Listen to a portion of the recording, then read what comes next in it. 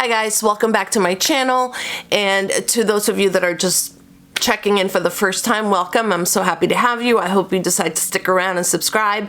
Today's video is very different than what I've ever done. I'm going to attempt to do something that I'm really passionate about. I don't know if you guys know Bailey Sarian, but she does a series that's like called True Crime and Mystery Makeup Mondays, where she just talks about true crimes and then she does her makeup at the same time. Well, I have been obsessed with Bailey for the last 2 years. I have watched every single one of her videos, and recently I also discovered Brittney Vaughn. Brittney, if someday you watch this, hey girl, what's up? And I enjoy watching it so much, and I thought, you know what, let me try and do the same thing. So this is the first case. I don't know if I'll be able to continue doing this. I just basically wanted to at least give it a try. All the products that I will be putting on my face will be listed in the description box. And without further ado, let's just jump into the video. Today's story is about a lady named Dorothea Aponte. She goes by the name of Dee. She was born in April 1929. She had a really tough upbringing because both her parents died when she was really young. In 1948, when she was only 19 years old, she commits her first crime, and that is forgery of checks. So she was writing out bad checks. Then in the 1950s, she goes on to become a prostitute and a madam. After she was charged for operating this brothel, she did spend some time in jail. In January 1982, she meets a man by the name of Malcolm Mackenzie. They were hanging out at a local bar, and they take a liking to each other. They start connecting and talking, drinking, and after having been drinking for a while, he tells her that he lives nearby and would she, come home with him, to which she agrees. They go back to his place. They continue to have more drinks. All of a sudden, he feels dizzy. He starts to feel dizzy. He starts to feel disoriented. And then he lays down. He tells her, like, I'm just going to lay down for a little bit. I think maybe I've had too much to drink. But it just felt different. So he lays down, and within a couple of seconds, he realizes that he's completely paralyzed, that he cannot move his body. He can see around him, like he can move his eyes. So his vision is still good, but his entire body is paralyzed. So as he's laying there, he knows something is definitely wrong. This is definitely not something that has happened to him before. He's there, and he starts seeing Dorothy moving around the apartment, going into his things, looking into drawers, pulling out everything. And then he realizes, this freaking woman is robbing me right now. She finds jewelry, money, coins, and she collects all this, and she heads out, and she just leaves him there. After a few hours, the effect wears off, and then of course he goes right to the police. Around the same time, Dorothea was passing herself off as a medical doctor. She would walk around with a bag, those like old medical bags that doctors would bring when they would do these home visits back in the day. And she would carry a stethoscope and a blood pressure cuff. Those were just like her props because she had no medical training. But her patients were elderly people, and these people were perfect targets for her. So she would take advantage of them. So she would do the same thing. She would drug them and rob them. And she always targeted the elderly. Really sweet Dorothea targeted the people that obviously can defend themselves. Eventually, other reports started coming in of other people that were experiencing the same thing. They would be drugged. They would wake up and, their jewelry, their coin, their checks, everything was gone. And eventually they caught up with her. In July 1982, she was charged and pled guilty to 5 felonies and was sentenced to 5 years in state prison. In September of 1986, Dorothea gets out of prison. And as part of her parole agreement, she is not allowed to work in any caregiving capacity. So what she does is she starts taking in tenants at 1426 F Street in Sacramento. This is where the crimes that we will be talking about today occur. So that's what she does. Since she knows that she cannot legally go and fool these people anymore, she decided to run her own illegal facility.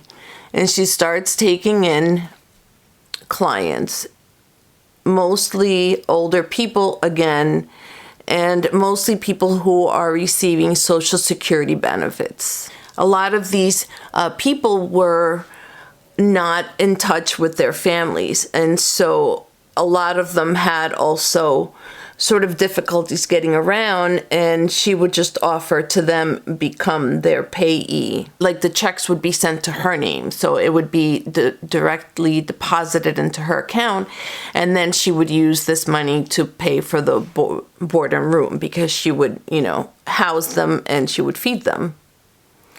And she had several tenants, not just like 1 or 2. She had a good gig going on. I mean, this woman is smart. She's slick. She has no moral compass, and this is how she found a way to just make easy money and stay out of the radar. She also had been married 4 times and had gone by 4 different names, which is what made it really difficult for the enforcement agencies to keep up with her, and with all her, how does Brittney say, all her shenanigans. So, I am putting powder. I don't know why I'm doing that, but it looks nice. Looks like the Sahara Desert, but nice. So she ran this unlicensed facility for 2 years, taking in tenants, and neighbors noticed, that there was always like different people coming in and out, and for the most part, like, people loved her. The neighbors loved her.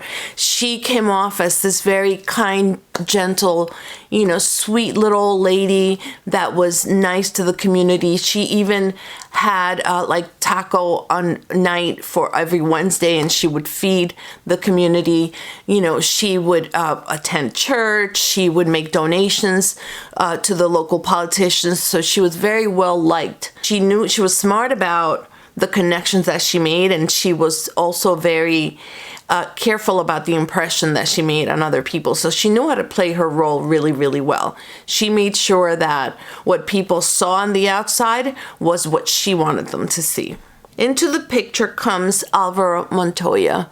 Alvaro is a gentleman who he migrated to the States from Costa Rica when he was only 16. He suffered from delusions and fears, and he was diagnosed schizophrenic at an earlier age, and his family had put him in a mental institution and basically just left him there. After being in this mental institution for a number of years, where he actually received shock therapy and was mistreated, and he hated it there. He said the medications made him sick and he would try not to take them. So one day he just left the hospital without telling anyone in his family, and from that point on he basically was just homeless. There's a lady by the name of Judy who's a social worker in the Sacramento area, and she took a liking to Bert, and she really saw that he was such like a harmless, really, really a big teddy bear. He was a big guy, but he was just so helpless. And she felt bad for him because they had been putting him in from one detox to the next. And he liked it there, even though he didn't have a substance abuse problem. But he liked it there because he said at least he had a roof over his head and, you know, he had shelter and he had food. So Judy then, you know, starts working with him and tries to find him a place to live. And this is where she came across the name Dorothea. Through the grapevine, she heard about this lady who was amazing and who had a boarding house and how she had a nursing or medical history, and she took care of the people and she fed them and she, you know, gave them medication if they needed it. So Judy thought this is a perfect place for Bert. By the way, Alvaro goes by Bert. So she goes to visit Dorothea to check out the house, and she comes in and Dorothea is sitting there looking very sweet, feeding, like bottle feeding these bunch of baby kittens. And Judy is so impressed. She's like, oh my God, this lady is so kind. You know, she's sitting here taking care of all these little kittens. And Dorothea proceeds to tell Judy that she is a wealthy woman, that she only does this because she likes taking care of people. Talk about extra. So she tells her this, that she just, you know, she is a self-made millionaire and that she's only doing this because out of the goodness of her heart. Anyway, Judy looks around.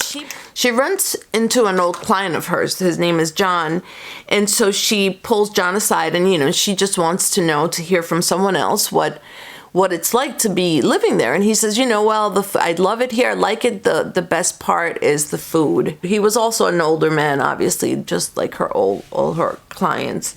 So Judy was really impressed. And, you know, having heard from someone she knew kind of gave her, you know, a sense of like comfort. In order for Bert to live there, he needs to be receiving Social Security benefits to pay for his room and board. So Judy, you know, being the social worker, sets him up, gets him all set up with Social Security.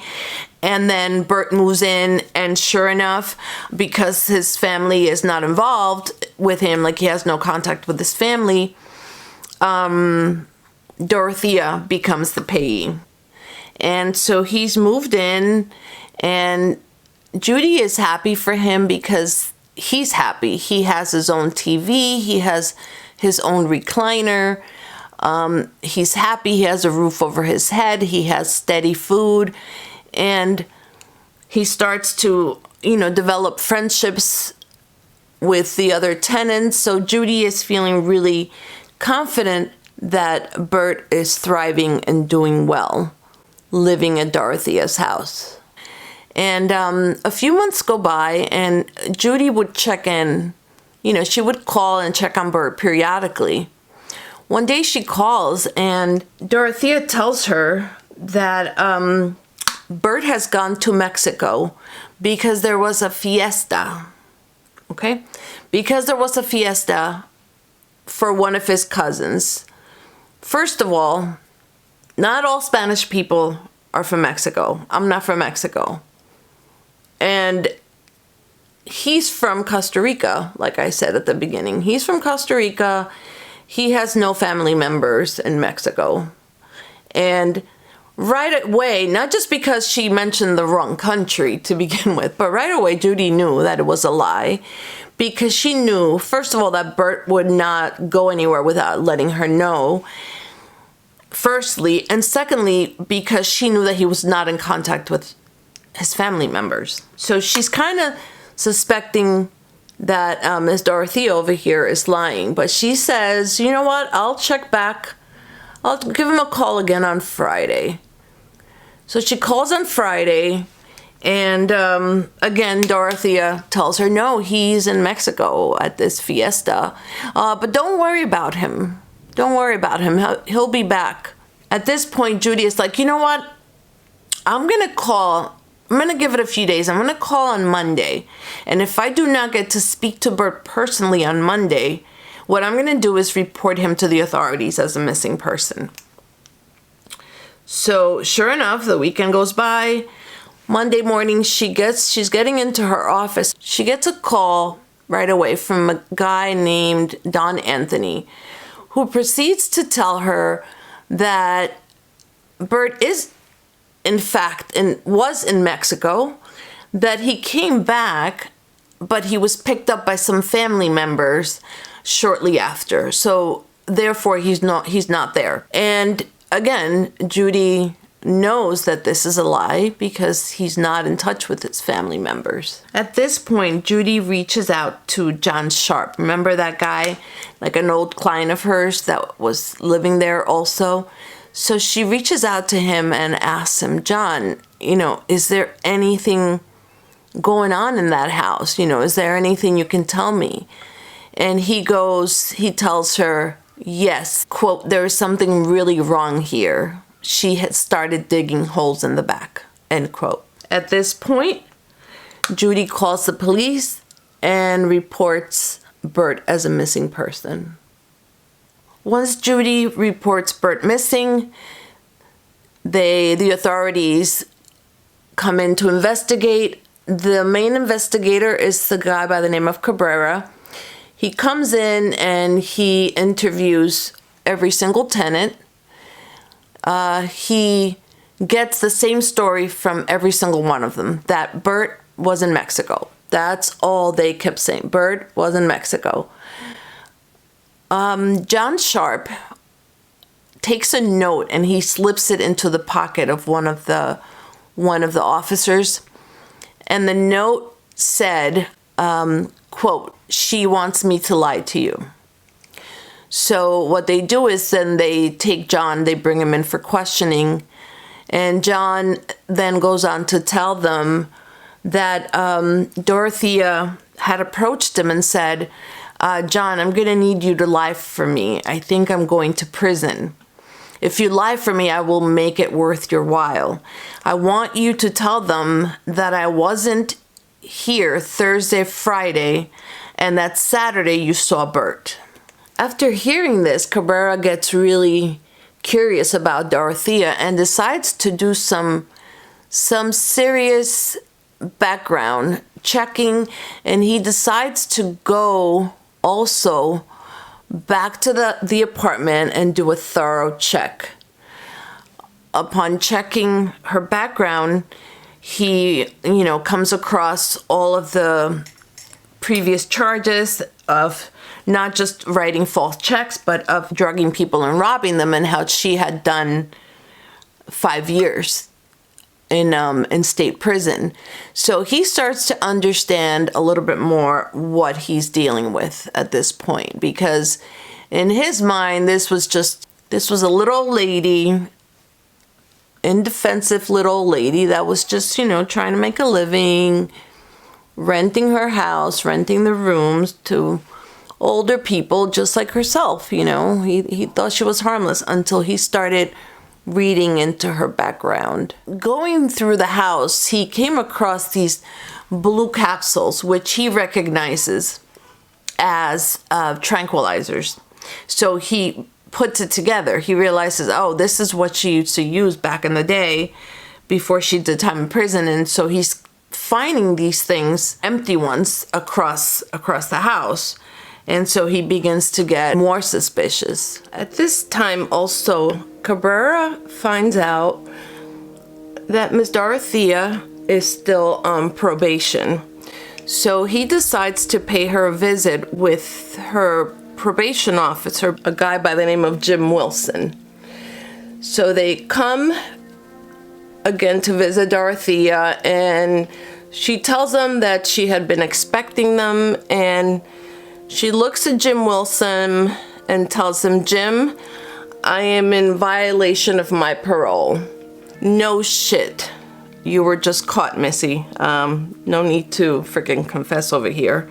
So she kind of jumps ahead, and I guess in an attempt to come across as being an honest person, after she's asked what kind of business she's running there, you know, she's left with nothing but to come forward and tell the truth. But she, I guess, wanted to impress upon them that she was an honest woman. So then at this point they ask her if it's okay for them to check the yard, and she says, well, whatever for. And Cabrera tells her, you know, I just want to put Judy's mind at ease. He tells her that Judy had been concerned about Bert, and he just wants to be able to tell her that he did a thorough check, and he looked everywhere for Bert, including the backyard, and that, you know, just put her mind at ease, that he found nothing. To which, of course, she agrees. So they start digging in the backyard, and at first they just keep finding a bunch of garbage, eggshells and things like that. Meanwhile, Cabrera at one point looks up and he sees Dorothy staring at him from the balcony with her arms crossed, just kind of looking. So they continue digging, and at one point, one of the officers pulls up something that appears to be like leather, almost like beef jerky, they describe it. Later on, they will find out that what this was actually flesh that had been pulled off the bone. But at this time, they don't know what it is. As they continue digging, they come across a bone with a little ball at the end that Cabrera recognizes as a femur bone. So they start finding body parts. No. They bring in an anthropologist who's a specialist in crime scene, and they bring him in to start to assist them in the search, in the digging, and in identifying parts. On the second day, they continue excavating after having found the femur bone.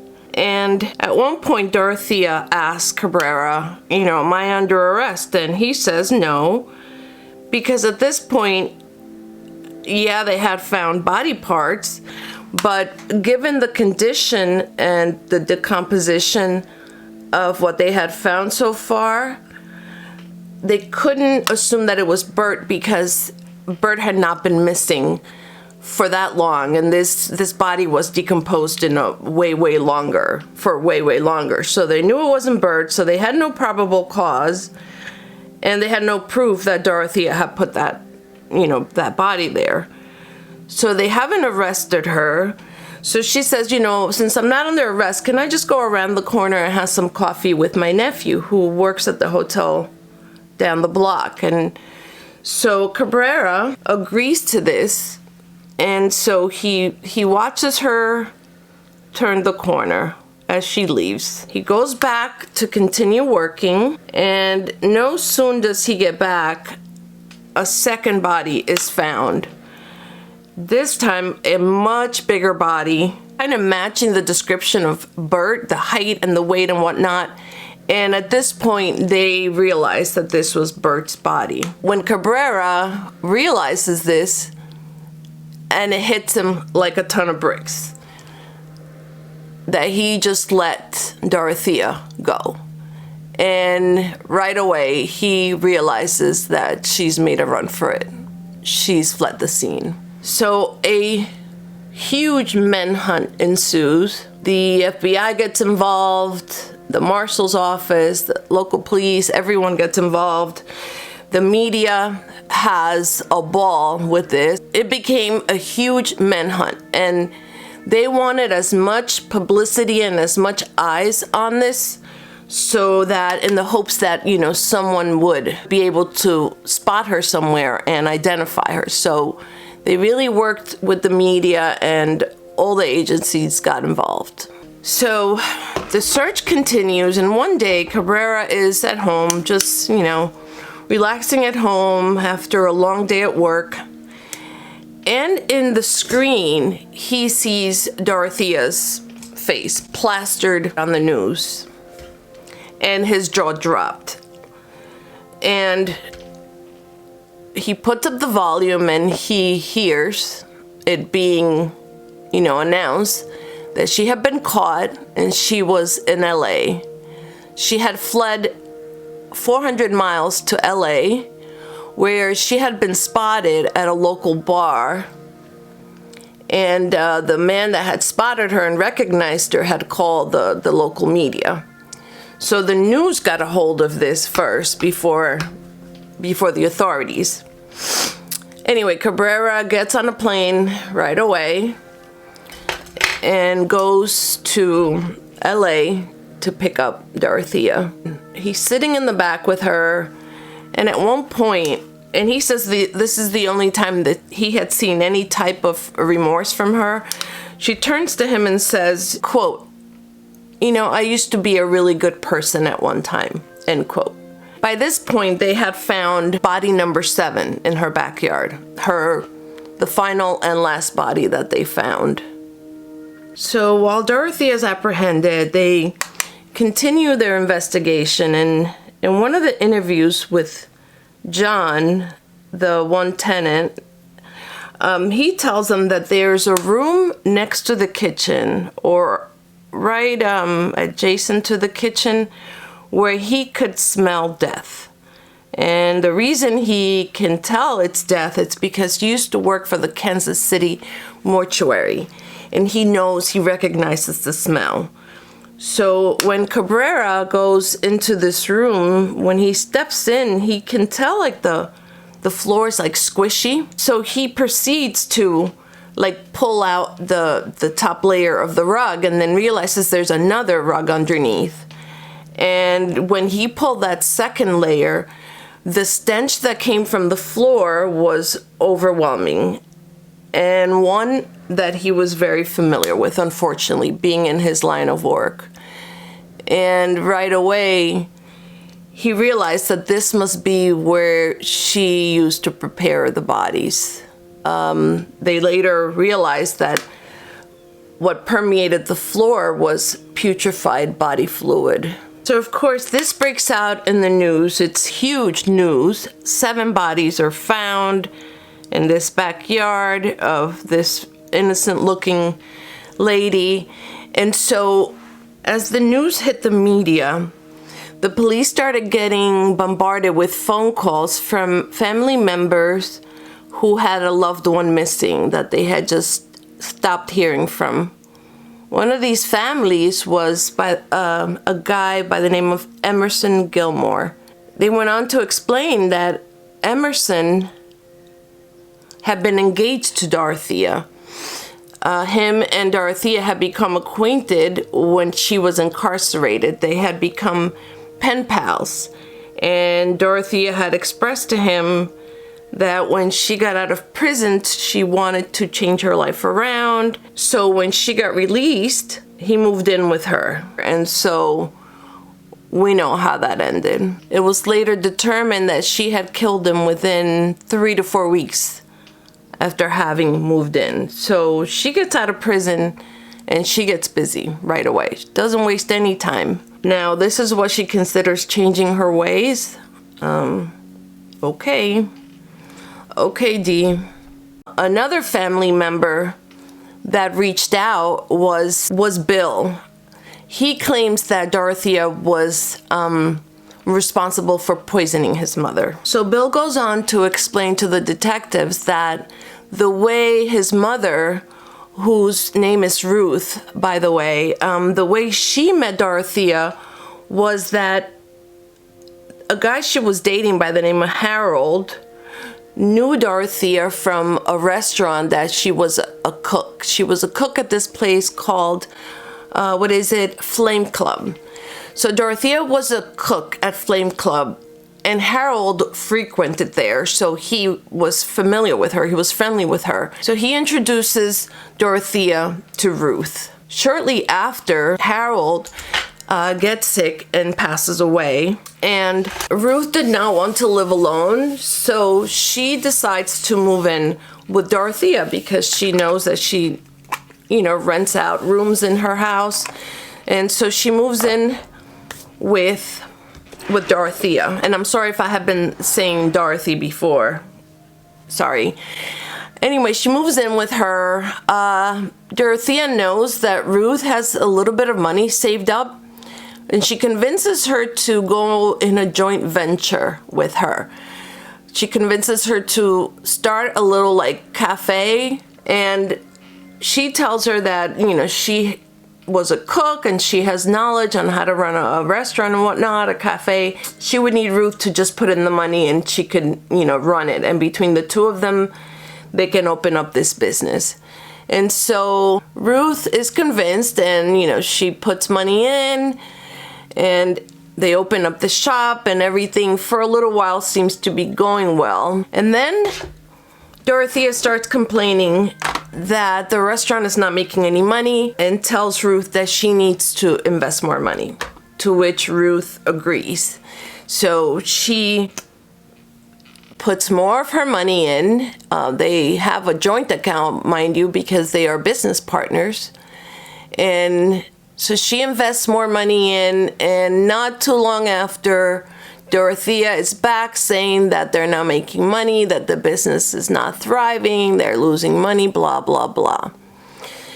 One day, Bill, Ruth's son, stops by to visit her, and he sees her drinking like something that appeared to be like had a color in it.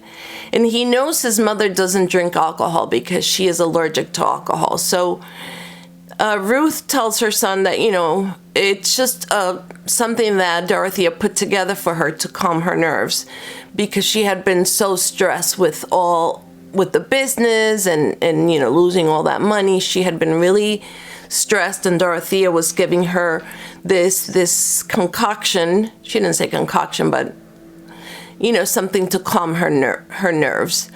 So Bill kind of, you know, he had heard that Dorothea had like a nursing background, so, you know, he feels confident that she knows what she's doing, and he doesn't feel any concern for his mom. However, shortly after, he visits her again, and this time his mom is, Ruth, is in bed, and Dorothea tells him, you know, she's not feeling well, just let her be. But Bill insists on going and checking personally on her, and he goes upstairs, and his mom is just laying on the bed, and she's not speaking, and he just sits on the bed and holds her hand, and tears start flowing down her cheeks. And again, he tells her, don't try to speak, Mom, it's okay. Dorothea's taking care of you. You'll be okay. Well, it turns out that was the last time he would ever see his mom alive. The next morning, he gets a call from his sister saying that Dorothea had called her and had told her that her mom had passed away and that she should come and pick up her stuff. Pretty cold. Just like so. Why she called the sister and not Bill when Bill is the one that was always visiting her, we don't know. But when Bill goes back to the house and goes to pick up her stuff, all Dorothea hands him is an empty purse. Now, Bill knew that his mom had jewelry. He knew that she had more than an empty purse. But Dorothea says, this is all she gave me. This is all I have. You need to take it. Meantime, Dorothea, when she reported this incident, she told them that it was suicide. And when they checked, when they did oh my God, I just drew a blank on that word. An autopsy. When they did an autopsy, they found that she had toxic levels of acetaminophen, codeine, and another drug that I don't know how to pronounce, but it's a tranquilizer. Her death was labeled as an undetermined overdose. Now, Bill had his suspicions and he tried to bring charges against Dorothea. And because back in the day, you know, things were not set up to do as much investigative report as we do now. You know, they didn't have the technology or the resources. They were not able to determine that this was in fact done intentionally. And so no charges were ever able to be brought against Dorothea for the murder of his mother. In the meantime, when Bill checked the joint bank account that they had together set up, Dorothea had drained every single penny from this account. On July 3rd, 1990, Dorothea is charged with 9 counts of murder in the first degree, which means she could get the death penalty. On July 9th, 1992, her trial begins. The prosecutor painted the picture of the monster she was, how she took advantage of these older people who she knew had no family members to protect them, how she would become their payee and steal their money. He also mentioned how she put up this persona. It turns out she would tell people that she was 70, but she was actually 50. She would just dye her hair to appear more innocent, and less intimidating, and to appear fragile. So the way she dressed, the way she carried herself, the glasses, everything, it was just all a facade. The prosecutor didn't hold back, and he showed the gruesome videos of the bodies being dug up. And so it wasn't looking good for her. She did admit that she cashed the checks, that she took their money, but she claimed that they died in their sleep, that she had not murdered them. And so the case became a little more complicated because they had no confession from her, and they had no way of really knowing that she had put these bodies in there, that she had killed them. She claims that the reason she didn't report it when they died in their sleep, and the reason that she, buried them without saying anything, was because she was on parole and she was afraid of getting in trouble. Yeah, okay. Yeah, sure. After deliberation, the jury found her guilty for only 3 of the murders. The reason she was only able to be charged and found guilty for 3 only was because there was a juror, a gentleman, who could not be convinced that she was guilty of all of them. He was convinced that she was guilty of 3. And unfortunately, Bert Montoya's family and Ruth Monroe's family were not able to get justice or get closure because those 2 cases were not part of those 3, which is really, really sad. They said that this juror would be the last person that Dorothea would ever fool. She was charged to life in prison without the possibility of parole. It is estimated that Dorothea stole over $100,000 from her victims. The house still remains. It turns out that it cannot be taken down. Normally, in a house where horrible crimes, especially this amount of crimes, happens, they usually tear it down and build like a park or something like that. This is a historical home that was built in the 1890s, and so it is not able to be torn down. On March 27, 2011, at the ripe age of 82, Dorothea passed away in her cell. I feel like in cases like this, it's more than just about the money. I think it's more. I mean, I think she definitely got pleasure out of having control and feeling the power, being able to take these people's lives and just continue on as if nothing had ever happened. I mean, just sick, just sick and twisted. I am so glad, if you're still here, that you sat through it. Thank you for sticking it out. I'm actually not sure if I'm gonna upload this or not. I don't know how this is gonna go. Once I start editing, we will see. But anyway, I hope you enjoyed, if not the storytelling, at least this look. All the products I use will be listed down in the description box.